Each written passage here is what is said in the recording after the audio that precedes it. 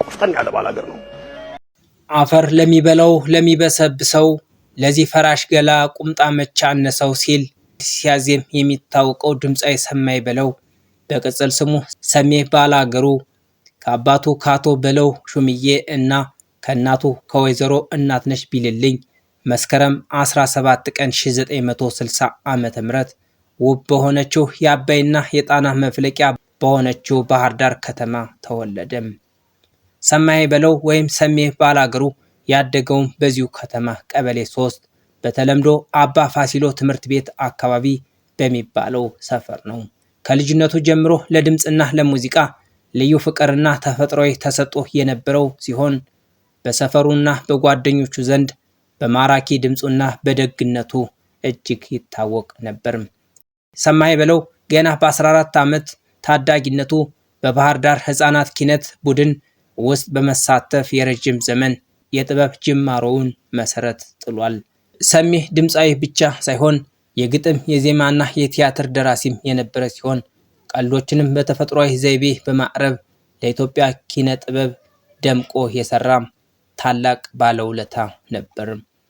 ሰማይ በለው የመጀመሪያና ሁለተኛ ደረጃ ትምህርቱን በትውልድ ከተማው በባህር ዳር ከተማ ያጠናቀቀ ሲሆን ከትምህርቱ ጎን ለጎን በኪነ ጥበብ ክበባት ውስጥ ንቁ ተሳታፊም ነበር። የሰማይ የኪነ ጥበብ ጅማሮ ከቀበሌና ከከፍተኛ ተነስቶ የነበረውን የአብዮታዊነት ኢትዮጵያ ወጣቶች ማህበር ክፍለ ሀገሩን እስከ መወከል የደረሰም ነበር። ለሙያው ያለው ልዩ ፍቅርና ታታሪነት በብዙዎች ዘንድ ግንዛቤ በማግኘቱ ህዳር 11 ቀን 1978 ዓ.ም በወጣትነት ዕድሜው የጎጃሙ ዝነኛ የኪነት ቡድን ጊሽ አባይ አባል ለመሆን በቃም። በጊሽ አባይ ውስጥም በርካታ ምርጥ ባህላዊ ስራዎችን ያቀረበ ሲሆን በተለይም ከታዋቂዎቹ ድምፃውያን ከነሂውኔ በላይ እና ከሀብቱ ንጋቱ ወይም አንሙቴ ጋር በመሆን ያቀረበውና ለአራት አስርተ ዓመታት ያህል በህዝብ ልቦና ውስጥ ታትሞ የኖረው አንቱ አየህ የተሰኘው አስደናቂ ሙዚቃዊ ድራማ በታሪኩ ትልቅ ቦታ አለው። በ1982 ዓ.ም የከተማዋና የአካባቢው የኪነ ጥበብ ስራዎች መቀዛቀዛቸውን ተከትሎ ሰማይ በለው ወደ አዲስ አበባ በመምጣት ከታዋቂው ታንጎ ሙዚቃ ቤት ጋር በመሆን የመጀመሪያውን የሙዚቃ አልበሙን አሳተመም። በመቀጠልም ከኤሌክትራ እና ከተለያዩ በዘመኑ አሉ ከተባሉ አሳታሚዎች ጋር ሰርቷል። ይህንንም ተከትሎ ኑሮውን በአዲስ አበባም አደረገም። ከዚህም በመቀጠል ያዥኝ አላበድሁም የሚለውን ሌሎችንም በህዝብ ዘንድ እጅግ ተወዳጅ የሆኑ ስራዎችን በተከታታይ ከሙያ አጋሮቹ ጋር በመሆን ለህዝብ አቅርቧል። ይህም ለሙያው ከፍተኛ ዝናን እንዲያጎናጽፍ አድርጎታል። ከ1983 ዓ.ም ጀምሮ በሶስና የምሽት ክበብ ከ1988 እስከ 1989 ዓ.ም በአይቤክስ እና በሸዋ ጌጥ የምሽት ክበባት ውስጥ በድምፃዊነት ካገለገለ በኋላ በ1990 ዓ.ም በካሳንቺስ የራሱ የሆነውን የባህልና ዘመናዊ ምሽት ቤት በመክፈት በወቅቱ ደግሞ የነበረውን የጥበብ ስራ እንደገና እንዲጎመራና እንዲያንሰራራ ለማድረግ በግሉ ለኢትዮጵያ ኪነ ጥበብ እድገት ከፍተኛ አስተዋጽኦም አበርክቷል። ሰሜ ከሙዚቃውን ባሻገር በቲያትር ዘርፍ ባለሙሉ ተሰጥኦ የነበረ ሲሆን በብሔራዊ ቲያትር መድረክ ላይ ከፍተኛ ህዝባዊ ተቀባይነት ያገኘውን የባላገር ፍቅር የተሰኘውን ተውኔት ጨምሮ በተለያዩ ልዩ ልዩ ሙዚቃዊ እና ተውኔታዊ ስራዎች ላይ በቅንነትና በብቃት ተሳትፏል። ሰማይ በለው በተለይ የጎጃም ባህላዊ ዜማዎችን ባቲ፣ አምባሰል፣ ትዝታና አንቺ ሆየን በመጨመር ከዘመናዊ የሙዚቃ ስልቶች ወይም ሞደርን ቢትስ ጋር አቀናጅቶ በማቅረብ አዲስ መንገድ የቀደደ ፈርቀዳጅ ድምፃዊ ነው። ሰሜ ባላገሩ በረጅም ዓመታት የጥበብ ስራዎቹ የሀገር ባህል የሙዚቃ ዘርፍን ወጉን እና ስርዓቱን ጠብቆ በከፍተኛ ደረጃ ያስተዋወቀ የጥበብ ባለውለታ ጭምር ታላቅ ሰው ነው። ባላገር የሚለው ቃል በከተሜው ማህበረሰብ ዘንድ እንደ አልሰለጠነ ኋላ ቀርነት መግለጫ በሆነበት ዘመን ይህንን ተገቢ ያልሆነ ትችትና ልማድ ለመቀየር በቁጭት በመነሳት በኪነ ጥበባዊ ዘይቤ ባላገር ነኝ በማለት በድፍረት ሰብሮታል።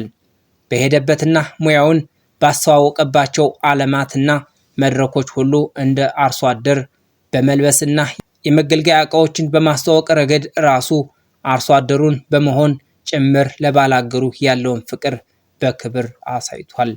የአርሶ አደሩን ውብ እሴት፣ ባህልና ወግ በአድናቆት የዘከረበት ይህ ስራው የእውቅናው ሁለተኛውና ከአንቱዬዋ ሊስተካከል የሚችል መጠሪያው ሆኗል። ከዚህም በኋላ ሰማይ በለው መባሉ ቀርቶ ሰሜ ባላገሩ እየተባለ መጠራት እንደጀመረም ታሪክ ያስታውሰዋል። ውቧ ባህር ዳር ለትውልድ ከተማው ያለውን ጥልቅ ፍቅርና ናፍቆት የገለጸበት ተወዳጅ ስራው ነው። በዚህ ስራው ውቧን ባህር ዳር ከልጅነት መንደሩ እስከ አጠቃላይ ገጽታዋ የገለጸበት ፍቅርን፣ ጨዋታን፣ የመንደሩን አኗኗር ዘይቤ፣ ቅይጥ ውበትንና በዚህ ውስጥ የትውልድ ከተማውን ለሁሉም አብሮ አደጎቹ በትዝታ አስቃኝቷል። ደቦት እንስራ የልጅነት ትዝታንና የገጠሩን ባህል በተለይ መስከረምን ተከትሎ ያሉትን ሃይማኖታዊ በዓላት ማለትም ከዘመን መለወጫ እስከ መስቀል ያለውን በጣም አስደሳችና ውብ በዓል በትዝታ ላለፍንበት የሚያስታውስ፣ ለማያውቁት ደግሞ መስከረም በመጣ ቁጥር ያለውን ውብ የጸደይ ወቅት ያሳየበት ነበርም። የመስከረም ወርንም በልዩ ሁኔታ እንድንናፍቀው የሚያደርግ ውብ የኪነ ጥበብ ስራው ነው። ዘገኛ በጥንት ባህላዊ ትውፊት የተቃኘውን በፈጣን ውዝዋዜ የታጀበና በአይነቱ ውብ የሆነ ወደ ህዝብ ያልወጣን ባህል ደምቆ እንዲወጣ ያደረገበት ድንቅ ያዘፋፈን ስልት ነው። ሌሎች ተወዳጅና የባህል የትዝታ ስራዎቹ መካከል ኧረ ምኑን ሰጠሽ፣ እንቆቅልሽ፣ አውዳመት፣ ማነሽ ማነሽ፣ አለሽ ነገር፣ የኔ ዓለም፣ ዝናቡ፣ ዓለም እንደምነሽ እና ሌሎችም ተጠቃሽ ስራዎቹ ናቸው። ሰሜ ባላገሩ እነዚህንና ሌሎች ተወዳጅ ስራዎቹን በተለያዩ ጊዜያት በአሜሪካ፣ በአውሮፓ፣ በእስራኤልና በአረብ ሀገራት ለሚኖሩ የኢትዮጵያ ዲያስፖራዎች ባቀረባቸው ኮንሰርቶች አገራዊ ናፍቆትን በመወጣት ረገድ ትልቅ ሚና ተጫውቷል። ሀገራቸውን እንዳይረሱና በባህላቸው እንዲኮሩ የበኩሉን ከፍተኛ ሚናም ከተጫወቱት አንጋፋ አርቲስቶች መካከል ሰማይ በለው አንዱ ነው።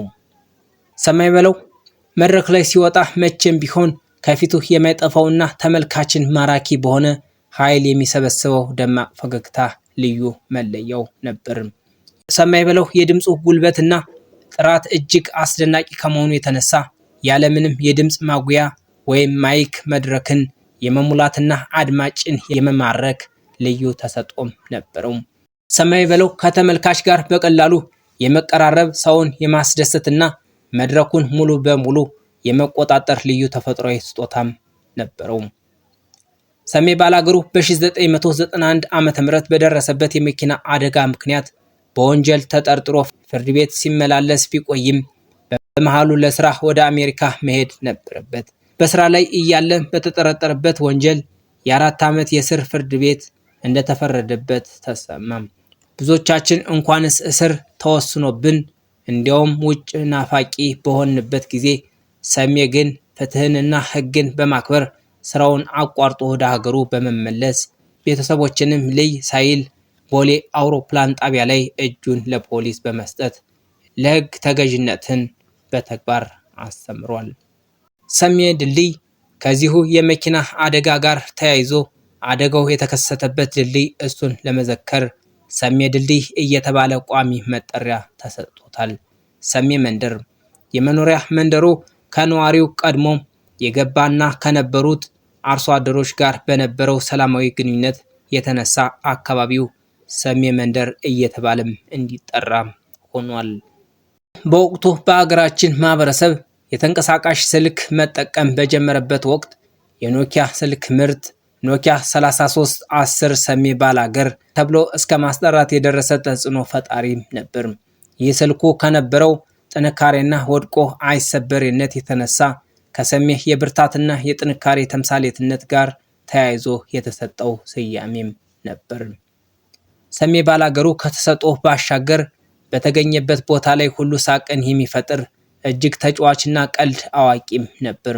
በአንድ ወቅት 3 ነገሮችን እወዳለሁ ማለቱ አይዘነጋም። ሀገሬን፣ ትዳሬንና ስራዬን በማለት መሪሁን የገለጸ ሲሆን ይህንንም በተግባር ያሳየና ሁሉም ሰው የሚመሰክርለት ሀቅ ነው። ሰማይ በጥበብ ህይወቱ ስኬታማ እንደነበረው ሁሉ በቤተሰብ ህይወቱም የተባረከ አባትና ባል ነበርም። በ1982 ዓ.ም ከወይዘሮ ገቢያነሽ አባተ ጋር የትዳር ህይወት የመሰረተ ሲሆን የአራት ታላላቅ ምሁራን ወንድ ልጆች አባት ለመሆንም በቅቷል።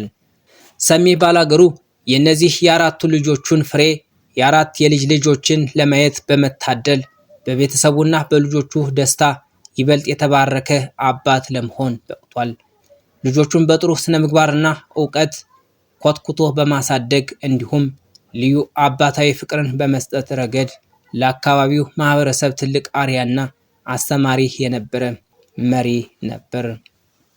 ሰሜ በጥበቡ ብቻ ሳይሆን በማህበራዊ ህይወትን በመደገፍና በቸርነቱ የሚታወቅ ታላቅ ሰው እንደነበር ብዙዎች ይመሰክሩለታል። ከትውልድ ከተማው ከባህር ዳር ጀምሮ የልጅነት ጓደኞቹን፣ አብሮ አደጎቹን፣ የሙያ አጋሮቹንና በልዩ ልዩ ሁኔታ የተወዳጃቸውን ወዳጆቹን መቼም ቢሆን የማይረሳ ለታመሙት ደራሽና ጠያቂም ነበር።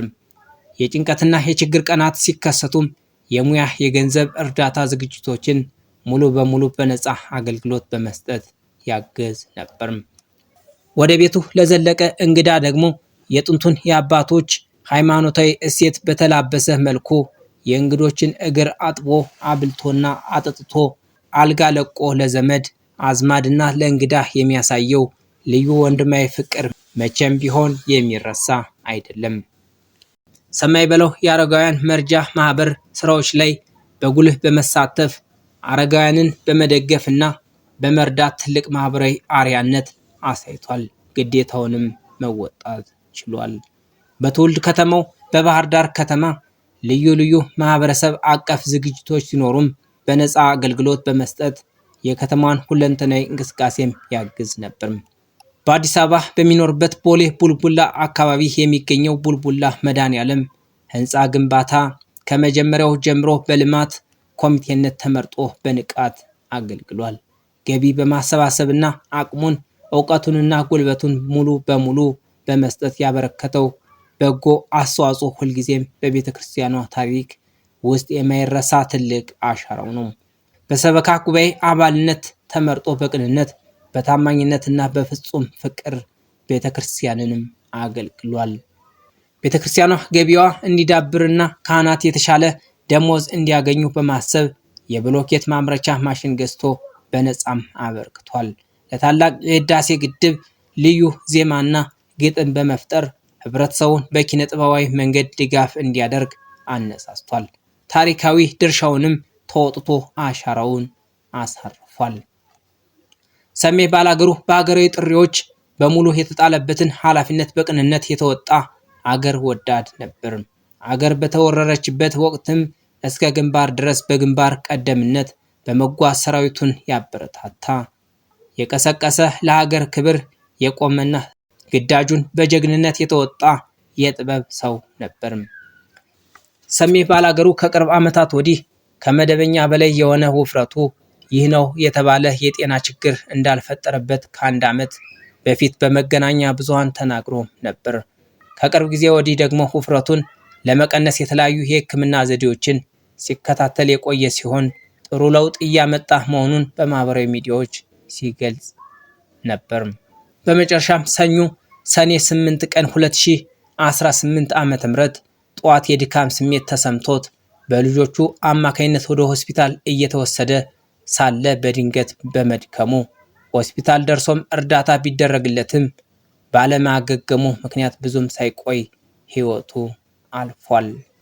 የታላቅ ድምፃዊ በህይወቱ የመጨረሻዎቹ ወራት ላይ ከሙዚቃው ዓለም በመጠኑ ራቅ ብሎ የነበረ ቢሆንም በቅርቡ ግን የኢትዮጵያን አንድነትና ጀግንነት መሪ ለሆኑት ንጉሥ ማስታወሻ የሚሆን ቴዎድሮስ የተሰኘ ድንቅ ነጠላ ዜማ ለህዝብ አድርሶ ነበር። ሰማይ በለው በገጠመው ድንገተኛ የድካም ስሜት ምክንያት በተወለደ በ58 ዓመቱ ከዚህ ዓለም በሞት ተለይቷል። ህልፈቱ በኢትዮጵያ የሙዚቃ ቲያትርና የማህበራዊ አገልግሎት ዘርፍ ላይ ትልቅ ክፍተት የፈጠረ የሀዘን መርዶ ነው። ሰማይ በለው ወይም ሰሜ ባላገሩ ከባህር ዳር ሰርጸ ድንግል ተነስቶ በግሽ አባይ የኪነ ጥበብ ቡድን ውስጥ አልፎ በብሔራዊ ቲያትር መድረክ አብርቶ በብርቱ ትግል የኢትዮጵያን የሙዚቃና የቲያትር ጥበብ በክብር ያገለገለ ባለብዙ መክሊት የጥበብ ሰው ነበር።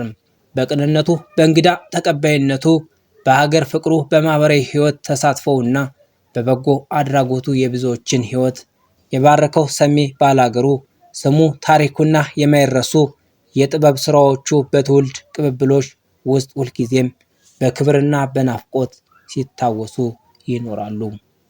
ሞት የስጋ መለየት እንጂ የመንፈስ መጥፋት አይደለም። ዛሬ ከኛ ቢለይም በፍቅርና በትዝታ ሁሌ ከኛ ጋር ይኖራል። ለሚወዱት ቤተሰቡ፣ ለአብሮ አደግ ወዳጅ ዘመዶቹና ለመላው አድናቂዎቹ ቀጣይ የህይወት ስንቅ ነው። ሰማይ በለው ወይም ሰሜ ባላገሩ ስርዓተ ቀብሩም ማክሰኞ ሰኔ 9 ቀን 2018 ዓ.ም በቦሌ ቡልቡላ ደብረ መድኃኒት መድኃኔዓለም ቤተክርስቲያን በክብር ተፈጽሟል። ለቤተሰቦቹ፣ ለወዳጅ ዘመዶቹና ለመላው አድናቂዎቹ ድምቀት ቱር መጽናናትን ይመኛል።